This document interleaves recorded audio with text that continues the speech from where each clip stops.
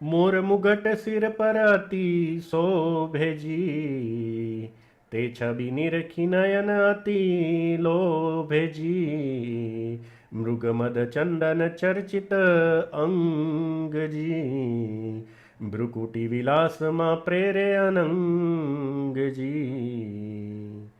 અનંગ પ્રેરે ભ્રૂ થકી અતિ શોભાનિધિ સુખ કંદ, વૈજયંતી માલા ઉપરે અતિ ગાન કરે મૃત ભૃંગ, કુંડળ મકરાકાર છે તેની શોભા કહી ન વજાય, ભાલ તિલક કેસર તણું દેખતા દ્રગ લલચાય, નયન પંકજ નાથના અણિયાળા ચપલ ઉદાર, અતિ કંકોળેલ રસ ભર્યા ચિત્ત ચોર સુખદ અપાર, વક્ષસ્થલ વાલા તણુ સુખરૂપ કમલા ધામ, હર કંજ કરી કર મદ હરે ભયહારી અતિ અભિરામ, સોળે ચિહ્ન સમિત છે પદ પંકજ અતિ શોભાધરે, કહે દાસ મુક્તાનંદ મુનિ મન ભૃંગ ત્યાં આવી ટરે, કહે દાસ મુક્તાનંદ મુનિ મન ભૃંગ ત્યાં આવી ઠરે. અહીંયા 12મા પદમાં મુક્તાનંદ સ્વામી આપણે જે આગળ જોયું ગોલોક મધ્ય અક્ષર બ્રહ્મ તેજ એના વિશે જે મધ્ય મંદિર છે અને એમાં રહેલું જે સિંહાસન મુખ્ય એમાં જે શ્રી કૃષ્ણ ભગવાન બિરાજમાન છે, તો આગળ મુક્તાનંદ સ્વામી કીધું કે કેવા છે, શ્યામ સુંદર છે, દ્વિભુજ છે, મુરલીધર છે, એ ભગવાનનું અહીંયા આગળ વર્ણન કરે છે. હવે અહીંયા બધાને પ્રશ્ન થશે કે ભાઈ મેં કેમ અહીંયા ગોપીનાથજી મહારાજની મૂર્તિ મૂકેલી છે. તો આપણે જોઈએ કે શ્રીજી મહારાજે જે પોતાના હાથે સ્વસ્તે બાંધેલા જે મંદિરો છે એમાં રાધા કૃષ્ણના સ્વરૂપ કેમ પધરાયેલા છે દરેક જગ્યાએ, અને એમાં પણ ખાસ કરીને જે ગઢડામાં ગોપીનાથજી મહારાજ પધરાયેલા છે, તો એ ભગવાન જે અક્ષરધામને વિશે રહેલા છે શ્રી કૃષ્ણ ભગવાન એમના મૂળ સ્વરૂપને અનુલક્ષીને બનાવેલા છે. એટલે પંચરાત્ર શાસ્ત્ર પ્રમાણે ભગવાનના અચા સ્વરૂપની સ્થાપના કેવી રીતે થાય કે ભગવાનનું મૂળ સ્વરૂપને અનુલક્ષીને કે એ ભગવાનના જે અવતારો થયા હોય એના રૂપને અનુલક્ષીને ભગવાનનું અર્ચા સ્વરૂપ બનાવવામાં આવે છે. એટલે રામનું અર્ચા સ્વરૂપ હોય તો ધનુષને બાણ હોય, કૃષ્ણ ભગવાનનું અર્ચા સ્વરૂપ હોય તો હાથમાં મુરલી હોય, જોડે રાધિકાજી હોય, એવી રીતે લક્ષ્મીનારાયણનું અર્ચા સ્વરૂપ હોય તો બાજુમાં લક્ષ્મીજી હોય ને નારાયણ ચતુર્ભુજ રૂપે હોય. એ બધા ભગવાનના અર્ચા સ્વરૂપ છે. સહજાનંદ સ્વામીનું અર્ચા સ્વરૂપ એમને પોતે હરિકૃષ્ણ મહારાજ તરીકે પધરાયું તો એ ડાબા હાથે અભયદાન આપે છે, તો એમનું અર્ચા સ્વરૂપ થયું. તો મહારાજે આ ગોપીનાથજી મહારાજ પધરાયા તો એ ભગવાનનું અક્ષરધામમાં રહેલું જે મૂળ સ્વરૂપ છે એને અનુલક્ષીને બનાવેલા છે. એટલે એ મૂર્તિ કેવી છે, શ્યામ સુંદર પણ છે, દ્વિભુજ છે, હાથમાં મુરલીધારી છે. પછી આપણા સંપ્રદાયના જે અનુયાયીઓ છે સ્વામિનારાયણ સંપ્રદાયના, એ લોકોને ખ્યાલ પણ છે કે મહારાજે આ મૂર્તિ બનાવતી વખતે પોતાના અંગે અંગનું માપ લઈને આ મૂર્તિ બનાવી હતી. તો એનું પણ રીઝન શું છે કે મહારાજ એકતા કરવા માગે છે કે મારું મૂળ સ્વરૂપ આ છે, હું જે અક્ષરધામમાં ભગવાનનું સ્વરૂપ એટલે કે અવતાર અને અક્ષરધામમાં રહેલું દિવ્ય સ્વરૂપ એ બંનેમાં કોઈ ભેદ નથી. ખાલી મનુષ્ય આકારે આ ભગવાન આવે છે ત્યારે મનુષ્યના જેવી લીલા કરે છે, પણ એમાં પ્રાકૃત બુદ્ધિવાળા લોકો ભેદ કરે છે. પણ જે ભગવાનના ભક્તો હોય છે એને ઓળખે છે અને એને અવતારીની જેમ જ પૂજે છે. એટલે આ એક સિદ્ધાંત છે. એટલે આપણા નંદ સંતોએ સહજાનંદ સ્વામીને સર્વ અવતારના અવતારી, સર્વ કારણના કારણ કેમ કીધા? કેમ કે એમને સહજાનંદ સ્વામીની એકતા સ્વરૂપ સાથે કરેલી છે. એટલે આપણા જે મૂળ મંદિરો છે એમાં પણ નંદ સંતોએ ને શ્રીજી મહારાજે કેવી રીતે રાધા કૃષ્ણની જોડે હરિકૃષ્ણ મહારાજનું સ્વરૂપ પધરાયેલું છે. એવું નથી કે ભાઈ કૃષ્ણ ભગવાનને ખસેડી દીધા છે. એટલે અહીંયા મુક્તાનંદ સ્વામી શું કહે છે કે અવતારી શ્રી કૃષ્ણના એવા જે નામ અપાર. એટલે આ બધા નામ છે કોના છે કે આ ભગવાનના જ નામ છે બધા. અને વેદ પુરાણોમાં પણ એમના પરાક્રમને અનુસાર્યા છે. આવ્યું વેદ પુરાણે બધા કહે છે કે પૂર્ણ પુરુષોત્તમ પહેલી વાર આવ્યા, તો પુરાણોમાં પણ આ ભગવાનનો ઉલ્લેખ છે કે ભાઈ પુરાણોમાં બધા અવતારોનું વર્ણન આવે છે. એટલે એ જ ભગવાનનું વર્ણન વેદોએ પરોક્ષ રીતે કરેલું છે અને પુરાણોએ એની લીલા તરીકે એનું વર્ણન કરેલું છે. પછી શું કહે છે, રાધા રમા બેવ કોરમાં નિરખે હરિમુખચંદ. આવ્યું રાધાજી અને રમા એટલે લક્ષ્મીજી બંને એમની પાસે છે ને શું કરે છે, એ ભગવાનનું સ્વરૂપ નિરખે છે. એટલે મહારાજે પણ શિક્ષાપત્રીનો પહેલો શ્લોક ફરી જેના ડાબા પડખાના વિશે રાધિકાજી ને વક્ષસ્થળને વિશે લક્ષ્મીજી. એટલે લક્ષ્મીજી ક્યારે મૂર્તિ રૂપે અલગ રહી છે, ક્યારેક વક્ષસ્થળમાં બિરાજે છે. એવી રીતે રાધાજી પણ અમુક વાર એમની અલગ રીતે બિરાજે છે, કાં તો એમની મૂર્તિમાં અતિ સ્નેહ કરીને લીન થઈ જાય છે. પણ આ રાધા અને રમા બેવ એમની નિત્ય શક્તિઓ છે. આજે ઘણા ખરા ત્યાગીઓએ ભગવાનનું અક્ષરધામ સ્ત્રી વગરનું બનાવી દીધું છે. એટલે પોતે સ્ત્રીનો ત્યાગ કર્યો એટલે ભગવાનને પણ સ્ત્રીનો ત્યાગ કરાવી દીધો. એટલે ભગવાન એ અક્ષરધામમાં સંન્યાસી તરીકે જીવે છે એવું નથી. શાસ્ત્ર પ્રમાણે ભગવાનની નિત્ય શક્તિઓ રાધાને રમા છે એ શ્રીજી મહારાજે સ્વીકારેલું છે. અહીંયા જે આશ્રમ પ્રમાણે નિયમો છે કે ભાઈ એ સંસારના નિયમો છે કે ભાઈ તમારે સ્ત્રીને ધનનો ત્યાગ કરવાનો છે.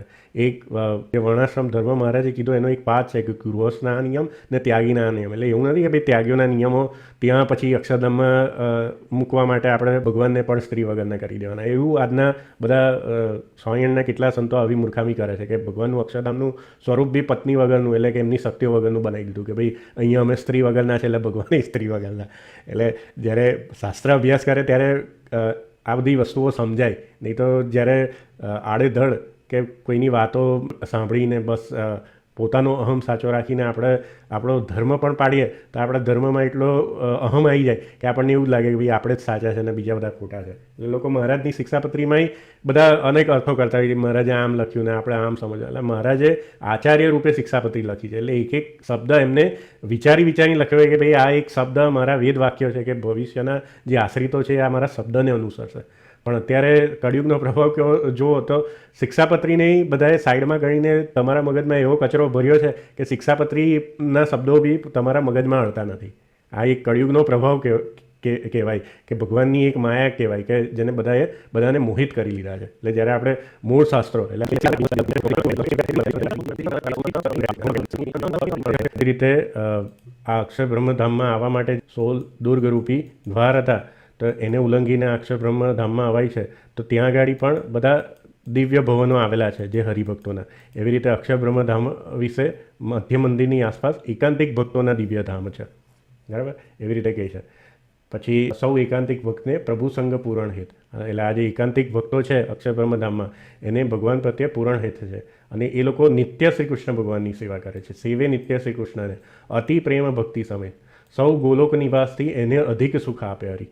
એટલે આ જે એકાંતિક ભક્તો છે એને ગોલોકમાં જેટલા પણ ગોપી છે કે જેટલા પણ પાર્ષદો છે એના કરતાં વધારે સુખ આ એકાંતિક ભક્તોને શ્રી કૃષ્ણ ભગવાન આપે છે.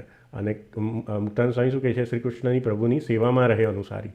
એટલે વચનામૃતમાં અમુક જગ્યાએ મહારાજે એક સુખની કલ્પના કરી છે. તો મહારાજ અહીંયાથી સુખની કલ્પના કરતાં અક્ષરધામ સુધી લઈ જાય છે કે વૈકુંઠ કરતાં ગોલોકનું સુખ વધારે છે. બરાબર, એટલે વૈકુંઠ એટલે ત્યાં રમા વૈકુંઠની પ્રકૃતિની અંદર આવેલા વૈકુંઠની વાત કરે છે.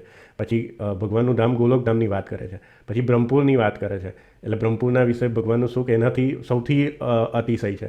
એટલે અહીંયા એનો મતલબ એવો નથી કે ધામ અલગ કહે છે, પણ મહારાજ શું કહેવા માગે છે કે આ એકાંતિક જે બધા પાર્ષદો છે એની વાત કરે છે કે અહીંયા જે મધ્યમાં જે એકાંતિક ભક્તોનો વાસ થાય છે જે અક્ષરબ્રહ્મ તેજના મંદિરની આજુબાજુ, તો એ લોકોને ભગવાનનું સુખ આ ગોલોકવાસી બીજા જે પાર્ષદો છે એના કરતાં અતિ સુખ છે. આમ તો સત્સંગી જીવનમાં મહારાજે કીધું કે ભગવાનના ધામમાં સુખમાં ન્યૂન અધિક ભાવ નથી.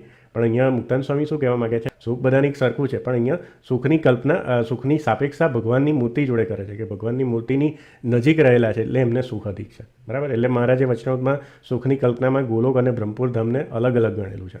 પણ એમાં વચ્ચે રહેલા છે કોણ? કે શ્રી કૃષ્ણ ભગવાન રહેલા છે. અને એટલે જ શિક્ષાપત્રી 121માં મહારાજે શું કીધું કે આપણે ઈચ્છિત ધામ ગોલોક છે, પણ એના વિશે શ્રી કૃષ્ણ ભગવાનની સેવા કરવી એ મુક્તિમાની છે. એટલે સેવા ક્યાં થાય છે કે અહીંયા મધ્યમાં જે મંદિર ને એમાં સિંહાસનમાં જે શ્રી કૃષ્ણ ભગવાન બિરાજમાન છે ત્યાં ગાડી જ શ્રી કૃષ્ણ ભગવાનની સેવા થાય. આગળનું આપણે 16મું પદ જોઈએ. એવા શ્રી કૃષ્ણ રસિક પ્રભુ જે હજી દ્વાપર કળીની સંધિમાં તે હજી દેવકીને વસુદેવથી ધીરજી મધુપુરમાં પ્રગટ્યા બલવીરજી.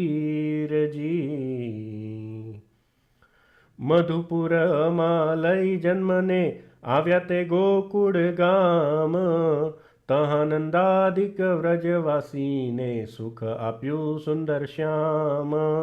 ભૂમિ વિશે દ્વિજ સાધુનો કર્યો ધર્મ અધિક પ્રકાશ, એમ ધર્મને દ્રઢ સ્થાપ્યો કર્યો અસુર વંશ વિનાશ. એવા શ્રી કૃષ્ણ કૃપાનિધિ અતિ સુંદરતાનું ધામ, તે ભક્તિ ધર્મથી પ્રગટિયા ઘનશ્યામ જેહનું નામ. તે ભક્તિ ધર્મથી પ્રગટ્યા ઘનશ્યામ જેહનું નામ. કૌશલ દેશમાં અવતરી કીધા તે ચરિત્ર સ્વચ્છંદ. તે સુધા સમ સુંદર કથા સુણતા તળે મન ફંદ. મહિમા શ્રી ઘનશ્યામનો કહેતા તે શેષ લજાય. કહે દાસ મુક્તાનંદ જેહને નિગમ નેતિ ગાય. કહે દાસ મુક્તાનંદ જેહને નિગમ નેતિ ગાય. હવે અહીંયા 16મા પદમાં અહીંયા એ ભગવાન કેવી રીતે પ્રગટ થાય એ કહેશે કે આ જે પૂર્ણ પુરુષોત્તમ પરબ્રહ્મ શ્રી કૃષ્ણ ભગવાન છે, ગોલોક મધ્ય અક્ષરધામમાં બિરાજમાન ભગવાનનું જે વર્ણન કર્યું એમને, તો એ રસિક શ્રી કૃષ્ણ પ્રભુ કેવી રીતે આ પૃથ્વી પર અવતાર ધારણ કર્યો. તો મુક્તાનંદ સ્વામી શું કહે છે કે દ્વાપર કરીની સંધિમાં તેજી દેવકીને વસુદેવથી ધીરજી મધુપુરમાં એટલે મથુરામાં પ્રગટ્યા બલવીરજી. એટલે અહીંયા આપણે પહેલાંની વિડીયોમાં આ સમજાયું છે કે આ જે ગોલોક મધ્ય અક્ષરધામમાં પૂર્ણ પરબ્રહ્મ પરમાત્મા જે શ્રી કૃષ્ણ ભગવાન છે, એ આગળની જે વિડીયો બનાવી છે કે ઉદ્ધવ સંપ્રદાયના ઈષ્ટદેવ આજે પણ શ્રી કૃષ્ણ ભગવાન છે, એમાં ડિટેલમાં ચર્ચા કરી છે. તો અહીંયા મુક્તાનંદ સ્વામી શું કહે છે કે દ્વાપરને કળયુગની સંધિ ચાલતી હતી ત્યારે શ્રી કૃષ્ણ રૂપે વસુદેવને દેવકીથી પ્રગટ્યા, બરાબર. અને આપણા બીજા બધા શાસ્ત્રોમાં ધર્મ આખ્યાનમાં મુક્તાનંદ સ્વામીએ પછી વચનામૃતમાં પરથારામાં એમાં આ નરનારાયણ ઋષિનો પણ ઉલ્લેખ કર્યો છે કે પહેલાં એ નરનારાયણ તરીકે પ્રગટ થાય છે, પછી શ્રી કૃષ્ણ તરીકે પ્રગટ થાય, પછી મથુરામાં જન્મ લઈને ક્યાં આવ્યા? ગોકુળ ધામમાં આવ્યા, પછી ત્યાં નંદાદિક વ્રજવાસીને સુખ આપ્યું, પછી ધર્મનો પ્રકાશ કર્યો અને અસુર વંશનો વિનાશ કર્યો. પછી આગળ શું કહે છે કે એવા શ્રી કૃષ્ણ કૃપાનિધિ અતિ સુંદરતાનું ધામ તે ભક્તિ ધર્મથી પ્રગટ્યા ઘનશ્યામજીનું નામ. એટલે પછી એ શ્રી કૃષ્ણ ભગવાન કેવી રીતે પ્રગટ્યા કે ભક્તિ અને ધર્મ થકી સહજાનંદ સ્વામી રૂપે પ્રગટ થયા, બરાબર. કૌશલ દેશમાં અવતરી કીધા તે ચરિત્ર સ્વચ્છંદ. તે સુધાસમ સુંદર કથા સુણતા તળે મન ફંદ. એટલે સહજાનંદ સ્વામીનું ચરિત્ર સાંભળતા પણ આપણા જે બધા મનના જે વિકારો છે એ બધા ટળી જાય છે. અને મહિમા શ્રી ઘનશ્યામનો કહેતા તે શેષ લજાય. આવ્યું કે ભાઈ એ સહજાનંદ સ્વામી પણ બીજા કોઈ નહીં પણ જે અક્ષરધામમાં રહેલા શ્રી કૃષ્ણ ભગવાન જ છે. એટલે એનો મહિમા કહેતા પણ શેષ લજાઈ જાય છે. એટલે એનો મહિમા પણ કોઈ યથાર્થ ગઈ શકતું નથી. અને કહે દાસ મુક્તાનંદ જેને નિગમ નીતિ ગાય. અહીંયા આ પદમાં મુક્તાનંદ સ્વામીએ મહારાજની એકતા કોની જોડે કરી કે અક્ષરધામમાં રહેલા શ્રી કૃષ્ણ ભગવાન જોડે એમની એકતા કરી. એવા જે સ્વામી સહજાનંદજી અતિ કરુણાનિધિ અધિક સ્વચ્છંદજી અનંત પતિતનો કરવા ઉદ્ધારજી સુખદ સેતુ કર્યો પરમ ઉદારજી.